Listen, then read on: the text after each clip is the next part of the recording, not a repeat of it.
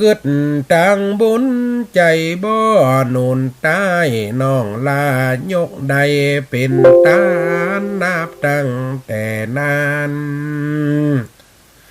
เขานี่ลากันต่างก็เดินยันออกบ้านตีสร้างมีจำไม่มีไม่จำที่เป็นกำอ่างเอากีบให้พลางกันไว้อติวาตะกี้นะโบให้พันกันคนกีบปกติดตัวอย่าได้ขี่ไล่เจ็ดคนเขาได้ตกลงว่าอยู่เจือนี้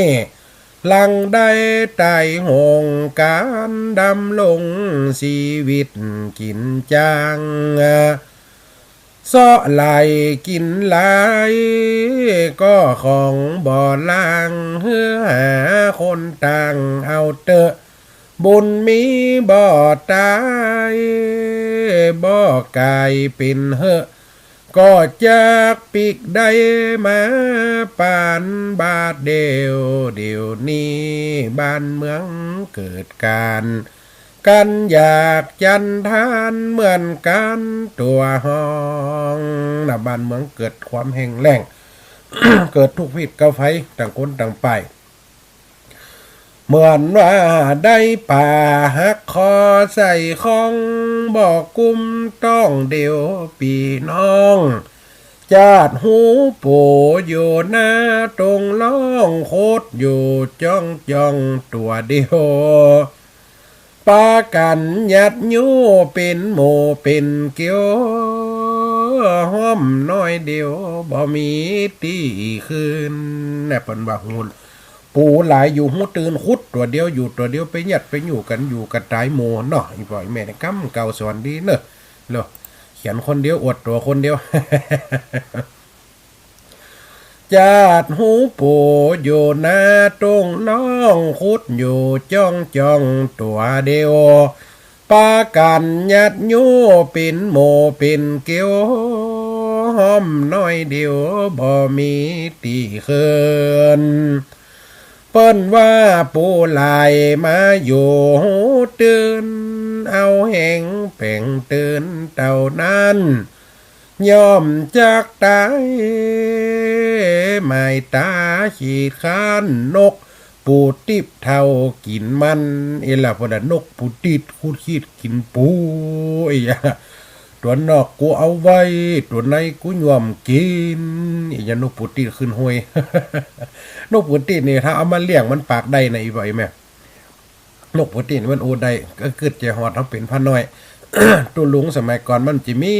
รถอันหลังฟังสีมันนักจะอินเนาะตัวลุงอันตุปิคิดบางคนบ้านตะเดียแล้วไปอยู่วัดบ้านใหม่เอาเปิดท่าจะเดินไปบ้านกัดบ้านเปิดมันคนละอำเภอนะคนละตำบลเปิดอยู่เมืองปานและอัตมาภาพนี่อยู่ตั้งเจโฮมเปิดจังเดินขึ้นไปบ้านมีบ้านหันหลัง เปิดได้นกปูติดมานกปูติดนี่นะนกถือนี่นะนกเนี่ยเปิดเอามาเลี้ยงไว้บ้านนะหรืออยู่แต่คนอยู่เหมือนเขามันกับปลาเฮ้ยปล่อยแม่มันกับปลากันนะพอดีสมัยก่อนมีตู้เย็นตู้ห่อนตู้อุ่นนิ่มเมียนน้ำกับน้ำหม้อใส่ไว้หน้าบ้านเป็นตัวเจ้าอยากหน้าสมัยก่อนเปิ่นแปลงน้ำบวยไว้เนาะน้ำบวยใหญ่แอนน้ำบวยน้อยแกนคนใดอยากน้ำอยากกินเปิ่นตักเตี่ยเดียวดูถ้าวัดอ่านแปลงแกนน้อยไว้กินน้ำบวยหนึ่งละทำมดเปิ่มหื้อตักแหมเอหรอคนสัตยะกันคนแต่ก่อนถ้าว่าน้ำบวยใหญ่กินเสียงกินบอกทอขวางเจ้าเฮียนในลักเอากงกิดนี่แล้วอันเปิ่นบ้านน่ะเปิ่นเลี้ยงนกปุติดแล้วเจ้าเฮียนเปิ่มอยู่นกนะกับปาก วันตุปีอันสังผีตุปีมันตายแล้วมาขอกินน้ำมีไฟอยู่นี่ก็ขอกินน้ำสักบวยเด้อไอ้เหรอขอกินน้ำสักก๊อกเลยเนาะนกปุติมันกับโหนะมันอยู่ในเฮียนมันกระตักนี่ไปที่ไหนมาไปเอาอย่างมาขายไอ้เหรอไปที่ไหนมาเอาอย่างมาขายถามทิกนกนะตุปีแล้วกันเลี้ยวไปเลี้ยวมาห้องไฟกำปากกับว่ากำเดียวน่ะทิกโคนหัวปุหรอนกนี่มันอูได้กันนะถ้าว่าเอามาเลี้ยงแต่เนี่ย7 ปีอ้ายกันเลยว่าเนี่ยปูลายอยู่หูตื่น กูคุดตัวเดียวเนี่ยกินกันเป็น5เป็น6ตายจ้ะนี่คุดหนีมึงหนีเถอะเนี่ยนกปูติดเป็นว่าเอามาเปรียบว่านกปูติดน่ะตัวไหนตัวนอกกูเอาไว้ตัวไหนกูได้กินกูย่อมกินเพราะว่าหยังตัวที่คุดน่ะมันได้อยู่ตั้งในสักกรรมมันไปเสาะหากินลูกคุดแล้วไปเสาะหากินไอ้ติ่มบาทำการทำงานเป็นคนขี้ข้านอย่างตามบ้านตามจองเนี่ยขี้เหล้าขี้ยาเนี่ยมันเข้าไปอยู่ตั้งในเหี้ยตัวคุดได้มันได้อยู่เนี่ยเลยเปิ่นเอามาเปรียบเทียบเนี่ยมันจะว่าโอ้เล่นได้นะไอ้ปล่อยแม่กำทำมันเลิกหรอ เสน่ห์การหลงเนี่ยมันโอ้เลิกโอ้แหลบมันเข้าไปทางไหนติ๊กๆอ่ะ นอกปกติเนี่ยเปรียบเสมือนคนที่ทำงานเต่ากันน้ำไหลมันเต่ากันห้องกันโอ้ฟ่องหกอย่างพานเปิ่นว่านะฟ่องกับการอย่างเต่าเพราะนั้นโอ้หกอย่างฟานกันอย่างเต่ามันยังเลี้ยงตัวมันกุมฟานมันกัดยากัดหล่นอยากกินท่านน้อยนี่น้อย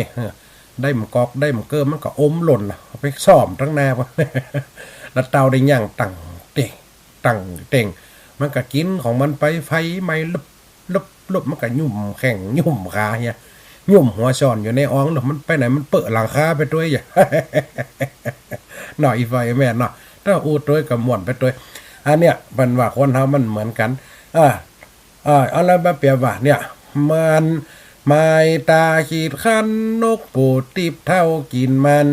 7 คนพี่น้องก็จะท้องกันได้ให้คนอันก็ยันออกบานเนี่ยเอากีบให้คนอันยันออกบานกูแตกมึงแตก6 คนไปด้วยกันลูกแล้วกันละน้องลาไอ้น้อยอยู่ได้10 ขวบ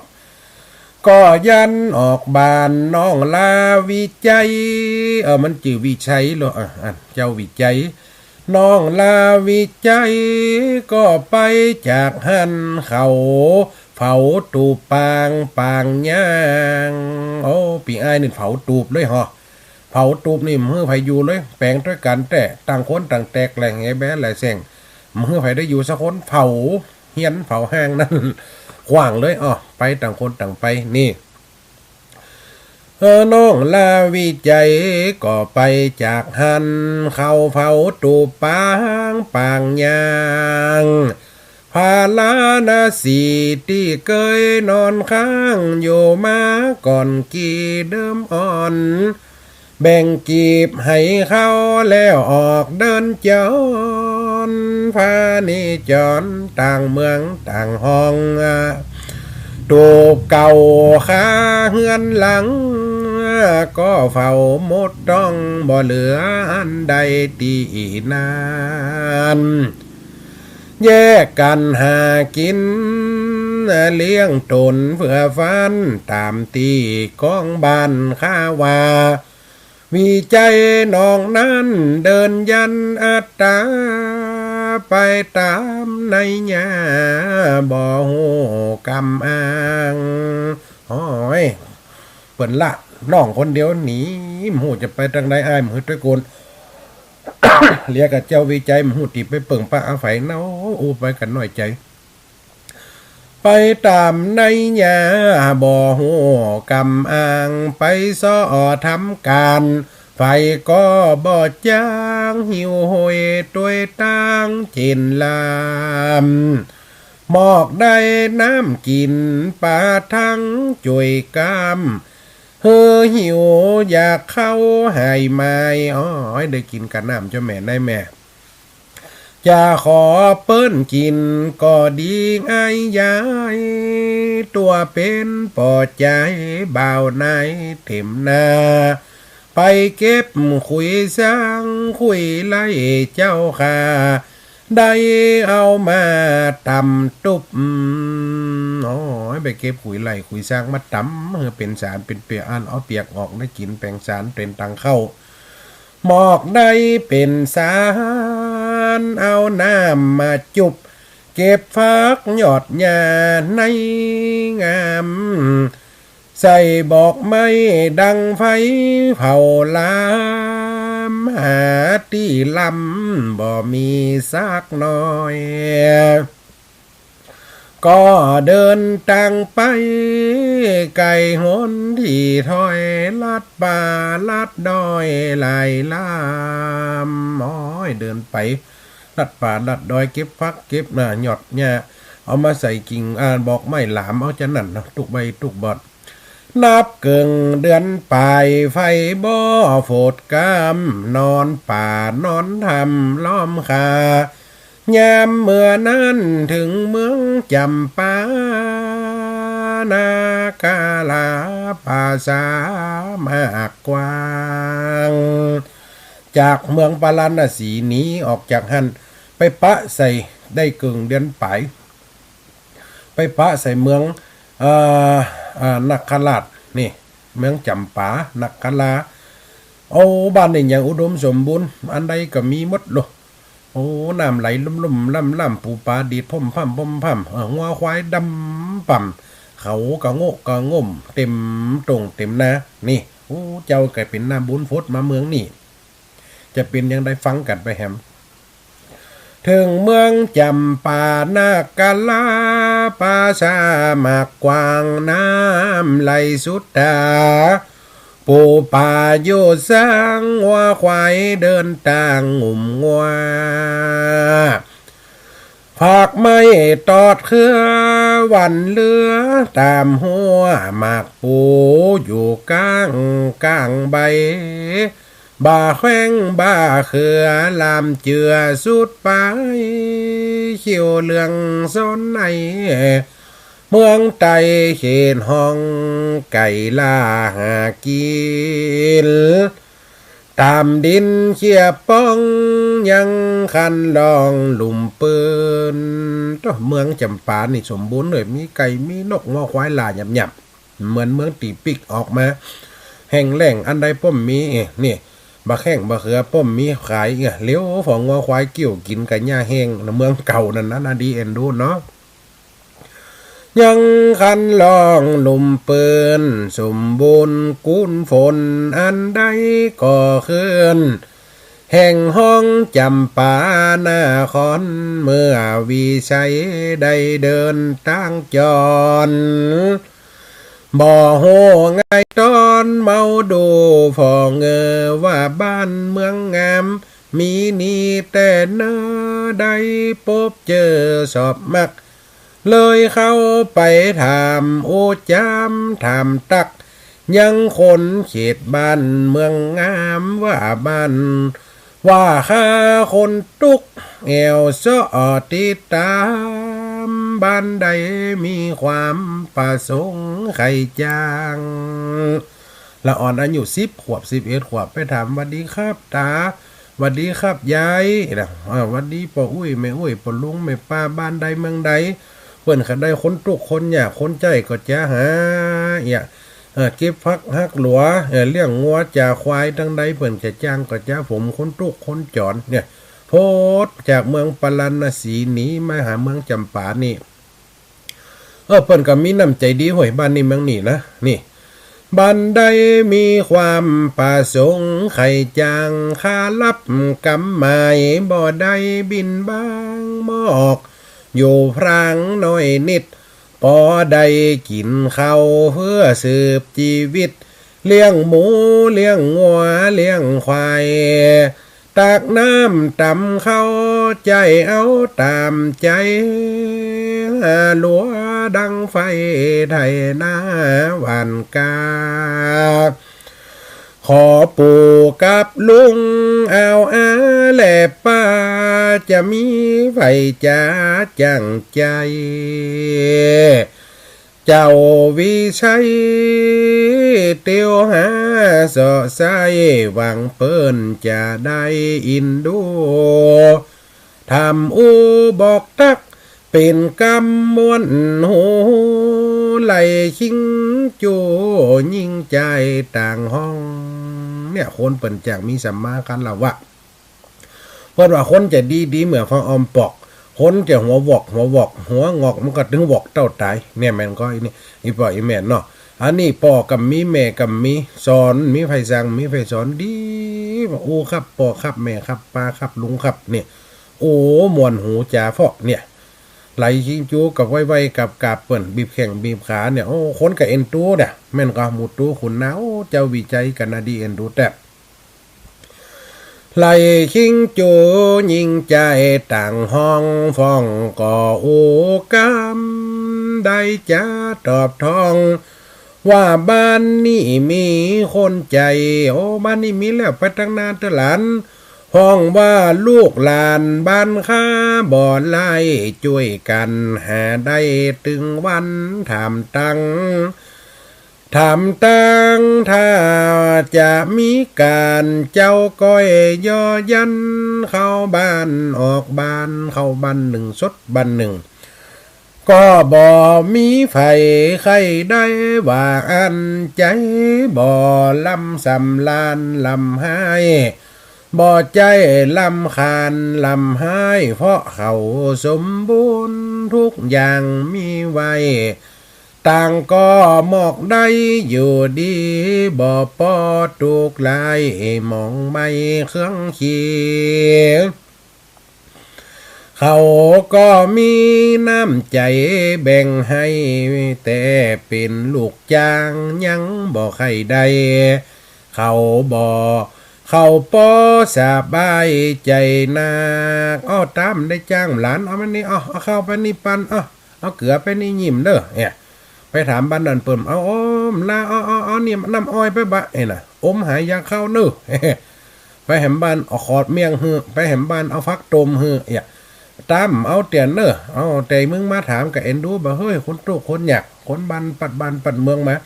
คนนั้นปั่นน้อยคนนี้ปั่นน้อยก็กุ้มขาบกุ้มมือไปนี่คนเปิดมีน้ำใจมันก็อีป่อยแม่เขาปอสบายใจนักส่วนเจ้าวิจัยออกไปต่อตักถามในเขตบ้านแนวกองถึงบ้านเศรษฐีมีมากถมทองในทานบ้านจองหลังโตใหญ่นาโตมีบ้านหันหลังเป็นเฮือนเศรษฐีโอ้ให้นะมีเป็นหมื่นให้กลางขวางบ้านกากอันเปิดห้องว่าก่อมคันได้บ้านเต่ากับเฮียนหลังหนึ่งโตลอยกระซิมมีคนใจมีคนใจมีคนสวยมีไฟไก่ก็เลยถามว่าบ้านน่ะเปิ่นจะเอาโอ้มาละชิงไปเนอะบ้านหลังนั้นนะเศรษฐีมันขี้จี้โลจี้แท้จี้ว่าดันดินดันสายว่ามปอกกลมลงคนเท่านั่นว่านะแต่ก่อนมีกะคนได้ไปเป็นลูกจ้างมันโอ้จุเปิ่นเนี่ยนานี่จะเฮือเปิ่นเนี่ย100ตังค์ปันเอาไปเตอะ40ถังอันนั้นเฮือเจ้าของนะเอาเข้าเปิ่นเนี่ยแล้วปุ๊บไล่เปิ่นเฮือเปิ่นเข้าต่างเดียวกับเฮือจ้างเปิ่นเก็บฟักหักหลัวจ้างเปิ่นเลี้ยงหมูมันได้กินกับข้าวจีข้าวเย็นข้าวขี้สากแกงเหลือมันจะยังอันเด้อนะล่าจะไปขันใหญ่จะได้คนมันตุกถ้าเปิ่นขายได้มีติสู้หอนอนก็ดีแล้วลูกเนาะมีติสู้หอนอนก็ดีเจ้ากึดไปทั้งนั้นเจ้าวิสัยกึดไปทั้งนั้นถึงบ้านเศรษฐีมีมากถมทองในท่านบ้านจองหลังโตใหญ่นาเตียงบ่มีไฟได้เป็นขี้ข้านิสัยมันกาโลภมักพิษแต่บ่มีไฟไหนจะหักโกงกินลูกจ้างวงวานนั่นการนิติวาตะกี้นะโกงกินลูกจ้างโกงกินลูกจ้างวงวานคนก็บอกตักบอดีเนอลานเศรษฐีสันดานเจือแต้ไม่ได้บ่มีไฟจะเข้าลบไว้มันอุบายหนักลามไผมาเจคบมันนะจะไปใครมันบายหนักลำบ่าวน้อยวิจัยก็ได้คิดย้ำหลอนเปิ้นโผดกำตึงดีน่ะใจเขาได้ตีนอนสุกหัวเนาะโยสักขวบลวดสะน้ำปีก้อยหาตังดีได้เงินบาทถอยจะได้ตั้งตัวสักน้อยสองน้อยลองพ่อเล็งก้อย ตามนั้นผู้คนตั้งหลายก็ไม่คัดค้านเจ้าก็บอกตานขอบคุณเนอะตาเนอะขอบคุณใหญ่เนอะไม่ปนลุงไม่ป้าที่บอกผมเนอะมันเป็นอย่างอ่ะผมไปอยู่หันยังได้เงินสักบาทสักเพียงกุมบอกเลี้ยงตัวไปตั้งนาไปซื้อตีซื้อหนจะแปลงตุบแปลงปังอยู่ไปตั้งนากระถาจะดีเจ้าก็เลยว่าขอบคุณเนี่ยเขาบอกตานเจ้าก็ขอบคุณที่ได้ห่วงค่าบอกกาปานปุนขอได้มีทุนห่มหัวก่อนอันบ่าวน้อยวิจัยก็ไปหอดบานชื่อว่าเศรษฐีโกวินตะเจ้าวิชัยไปปะเศรษฐีเมืองจำปาชื่อว่าเศรษฐีโกวินตะจำไว้เนอะ ถ้าจบเรื่องนี้จะปิกถามเรื่องคนใดตอบได้จะมีรางวัลอิลโล เศรษฐีโกวินตะได้กลมมอบตัว เข้าหาบอดละขอเป็นลูกจ้างกินนอนชุดแต่ปอไทย จะได้สั่งสอนข้าในมอนฟังก่อนโจดานจะเฮือทำการนอกบ้านในบ้านบ่มีลำคันจุ่มฟ้องเข้าไปการไปกลมบอกเปิ้นเศรษฐีเมื่อนั้นก็จะปากป้องไข้หัวเจินหน้าเฮฮาขิงละอ่อนบ้านไหนเมืองไหนวะอย่าเนาะเป็นอย่างคนบ้านเฮาลูกมีป้อมกำมีแม่มกำตัวคนเดียวตัวหูดปากนะน้ำหวานหมูกูจะเต็กใจบาดเนี่ยอยากก็ดูคนเฮามันคิดไล่ตบตีนตบมือนี่ไข้หัวจื่นหน้าเฮฮาเอามือตบเบ้หรอสามหนสันขายละตึ๊ดตึ๊ดตึ๊ดตื้อหรอว่ามาป้อนี่ลับใดโลดเอามือตบสันขาสามกำว่ามาป้อนี่ลับใดถามชื่อถามเสียงก็ตอบใจผมชื่อวิจัยปอจันอยู่ปลานาสีเมืองที่อยู่นั้นเกิดการแห้งแล้งวอดไว้มันก็เล่าเก้าแต่เงาสุดไปเศรษฐีป้อนนายได้ฟังเมื่ออันก็คิดวางแผนเอาเปรียบจันนะคิดวางแผนแล้วนะคิดละปูหาเท่านี่ คิดวางแผนละก็คิดวางแผนเอาเปรียบจันว่ากล่าวรายงานการใจว่าป้อจะรับเอาสูนี่ไว้แต่มอกว่าได้เลี้ยงควายเฮ้ยจะยกพอเลี้ยงงัวควายตั้งหลาย101ตัวบ่ได้จะได้บ่ได้ป้อมีควายนี่100ก็แหม1ตัวแล้วบ่ะมึงเอาไปเลี้ยงเลยจ้าถ้าว่าลูกมันตกออกมาเนี่ยตัวได้เกิดออกลงมาโลละลงมาเนี่ยมึงเอาไปฝึกกูเอาไปฝึกถ้าเห็นตัวเกิดออกมานี่แหมตัวเกิดออกมาโลละถึง6ถึงลูกเอาคนตัวนี่โอ้จัดเฮือเปิ้นเจียนะอีพ่อแม่เนี่ยคนเฮาคิดจะโกงว่าเฮือเปิ้นเจียมล่าน่ะก็ดีใจกะโอ้ควายมี101ตัวแม่ถึงนั่นโอ้เลี้ยงไปควายนี่มันปีไหนเกิดลูกเตื้อเจ้าวิจัยก็มาเกิดละเกิดมาตัวแรกโลละออกมาเฮาได้คนโขบเกิดมาแห่แม่หนึ่งเฮาได้คนตัวก็มันควาย101ตัวเฮาก็ได้ถึง51ตัวกึ่งเอาเฮาเหี่ย50เฮือปอเลี้ยง51ตัวก็ได้กึดล่ะคนเฮาแม่นก็อีพ่ออีแม่คนเฮามันตุกโลได้อีก็กึดว่าได้ดีกะควายจะตัวตะหืมหัวสมัยก่อนเนาะถ้าเป็นตะกอนแต่รุ่นที่ว่าอันคนฟังรายการ7-80เนี่ยก็ตัว300-700เนี่ยถ้าเป็นเดียวก็ 3-4 หมื่นเนาะถ้าควายดังๆยำเดียวควายอุทัยสมัยตัวเป็น 3-4 ล้านโอ้โหเนาะควายตั้งหลาย101ตัวบอดได้จะได้บอดได้101ตัวเฮือมึงพ่อไก่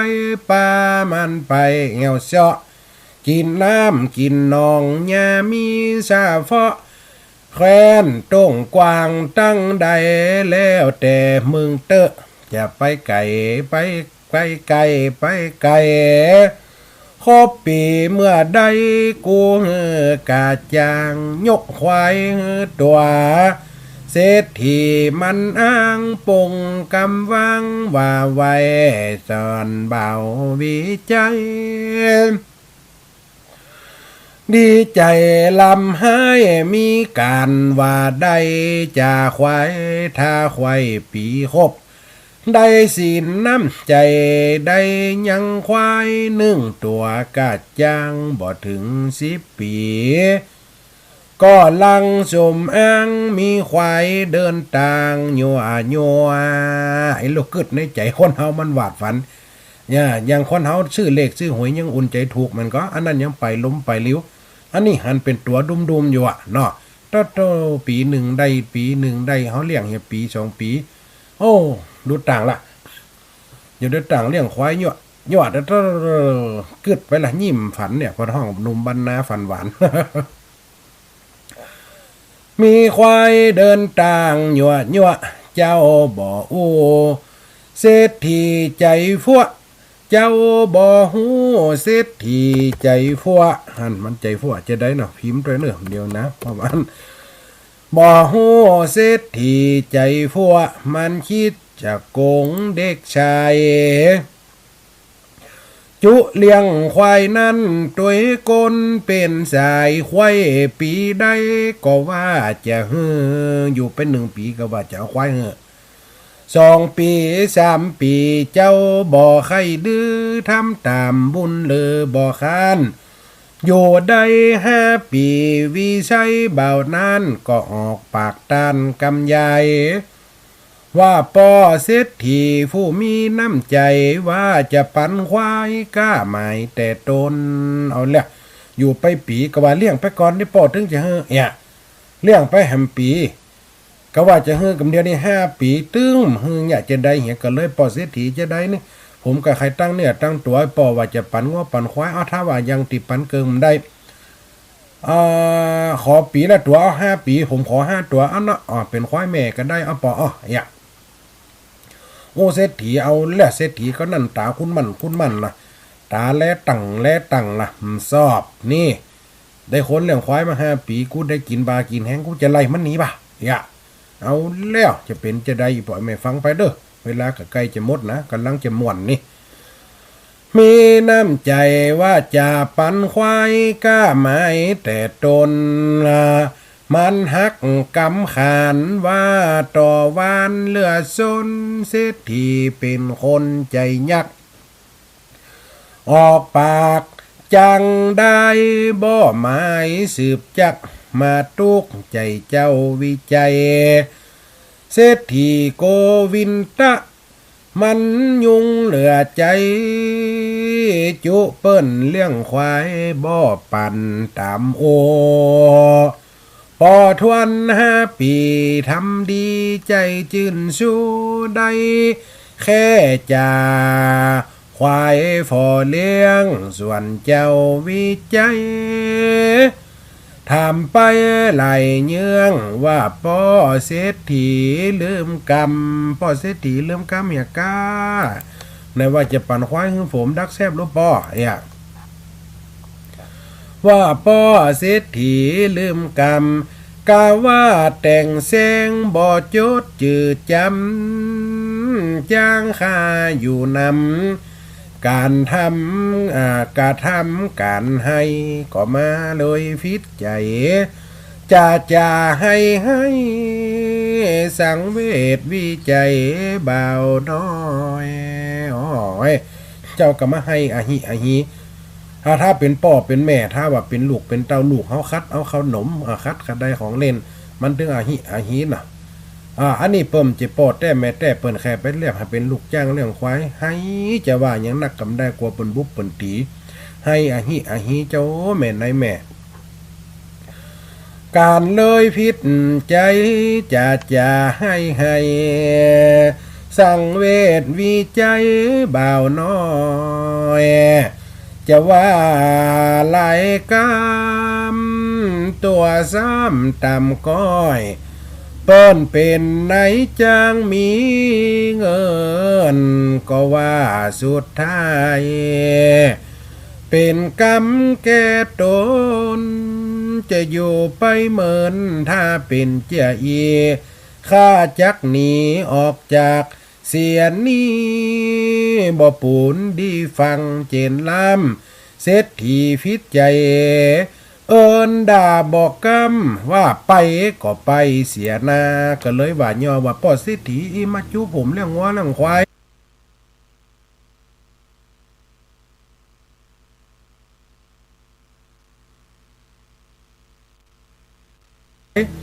5 ปีผมได้อีบ่อยแม่เศรษฐีว่าอันก็เลยโอ้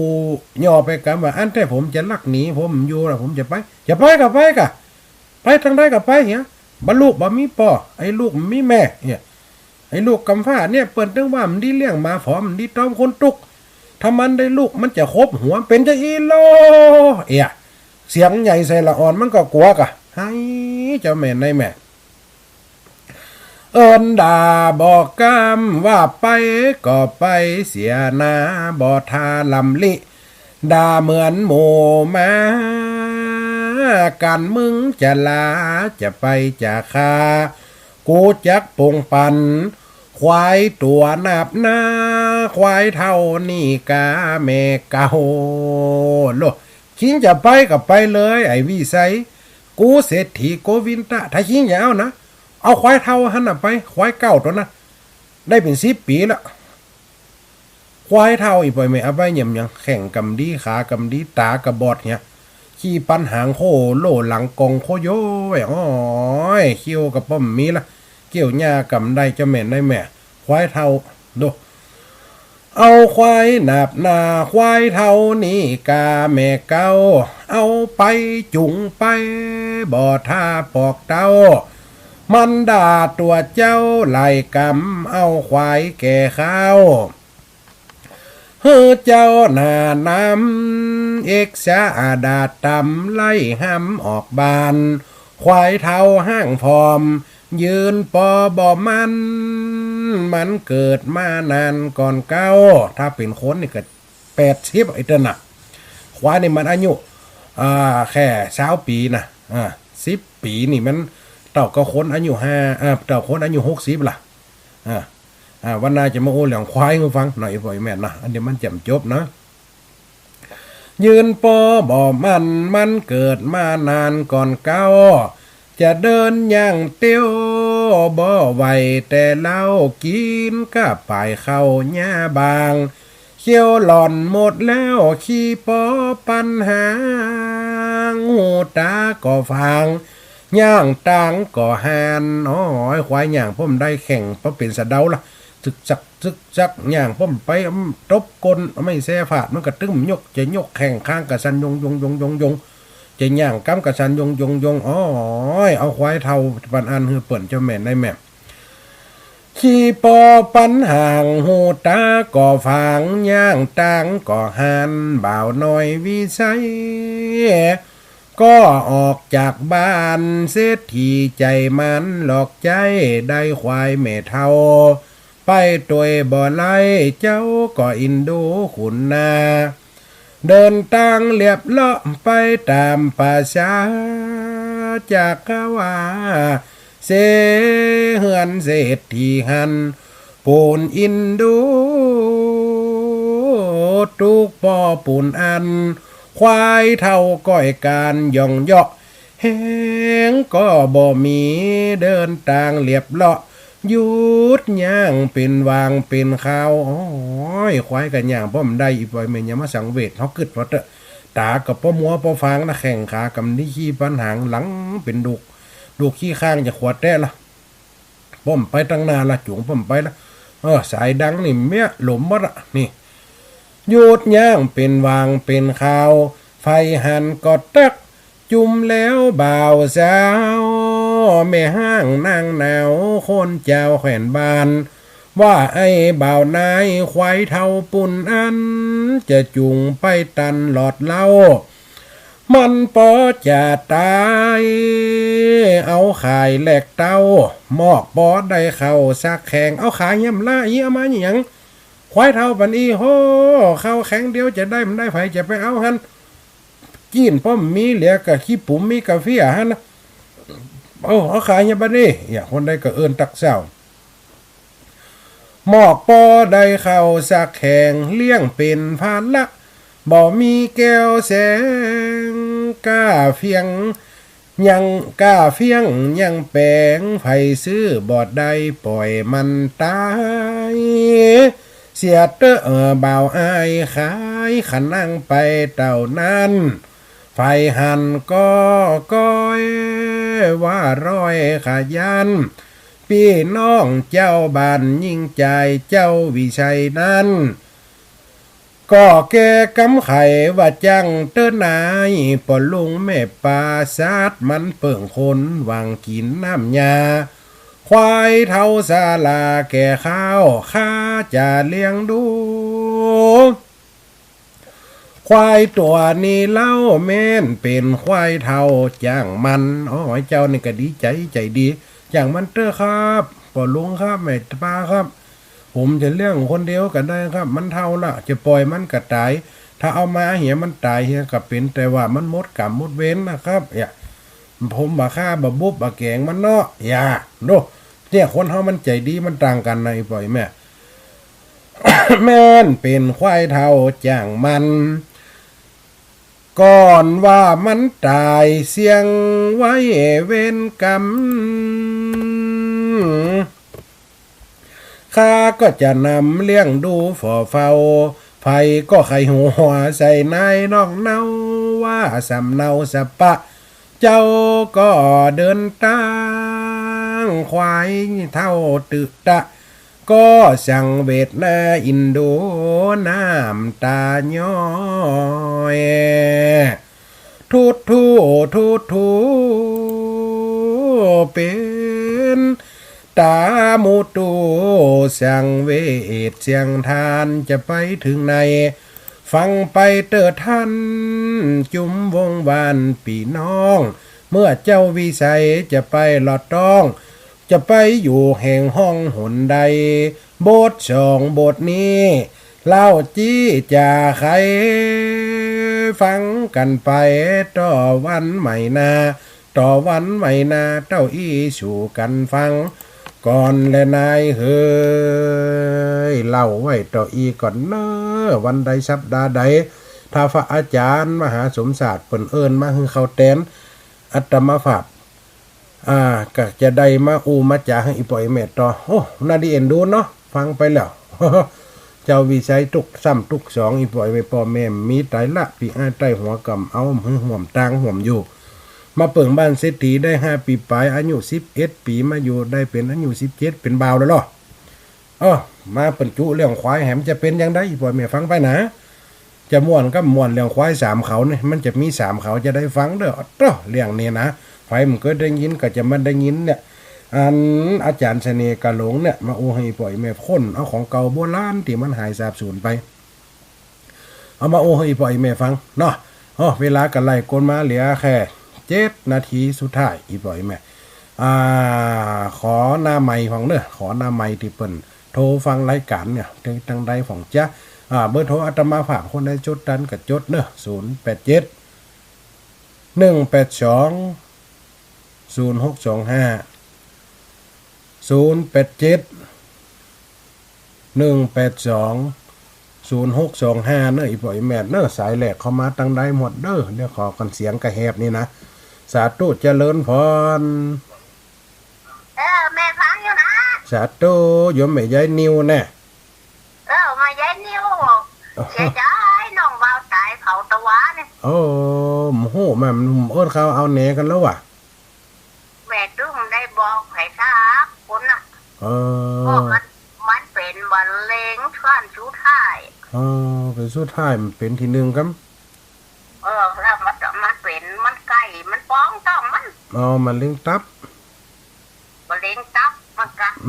ถ้ามันต้องไก่ต้องป้องมันเลี้ยงตับกันน่ะว่าก็ถือว่าจะสวนพัดแล้วการที่นี่